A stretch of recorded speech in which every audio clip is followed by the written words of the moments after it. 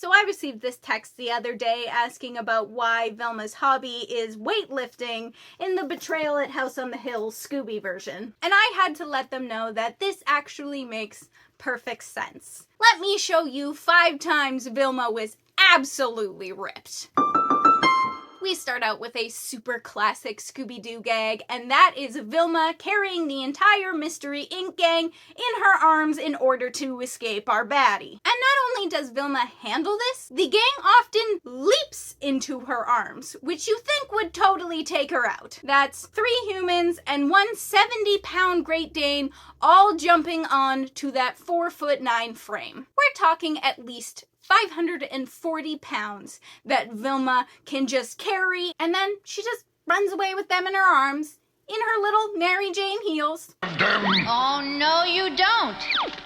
This happens a lot of times throughout a bunch of different series. Hey, what are you? Velma, no time! Punch it! Get out of here! Come on! An absolute buff icon. You may think that Velma's not really the sporty type, but she actually took to it quite easily in WrestleManiacs. While the gang is attempting to go undercover at a wrestling stadium, Daphne and Velma dress up as wrestlers to try and get some information, and Velma just pulls out this little move. So I grab under here and throw! She just tossed 2 fully grown professional female wrestlers. Like they were nothing. There isn't even any effort on her face that this was a hard thing to do. In fact, she's smiling. She's having a great time. Hey, it works. What do you call that move? Flying Dinkley. I think Velma would make a great wrestler. If we're talking about Velma, we also must remember the origins of our tough little cookie and take a look at her in Pup Named Scooby-Doo. Velma doesn't really talk a lot in this series, but her actions are everything. And she just so happens to be the gang's ride. And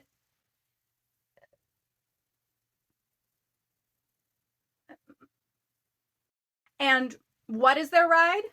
An engine-powered skateboard. Mystery! She is clearly super sturdy on this, and you can see by the rest of the gang's faces that they are not. They're holding on for dear life. But Velma, in this tiny frame, is steadfast on the back and driving it. Velma is completely unfazed by the speed that this skateboard goes and is ready to go faster. Slow down, Velma! Slow down! But that's not the only thing there is in Pup Named Scooby-Doo. We also get this little scene, which is quite interesting.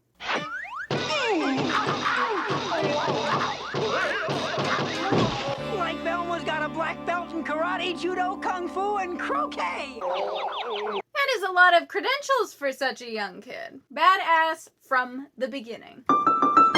For number 2, we have to hit the video game world and talk about multiverses. They made some solid choices for Scooby-Doo universe characters to put into this game, starting of course with Shaggy, who is Super Saiyan, so it makes sense. But who did they choose as their second character? Velma, of course. She gets some really solid hits in there and it just looks natural.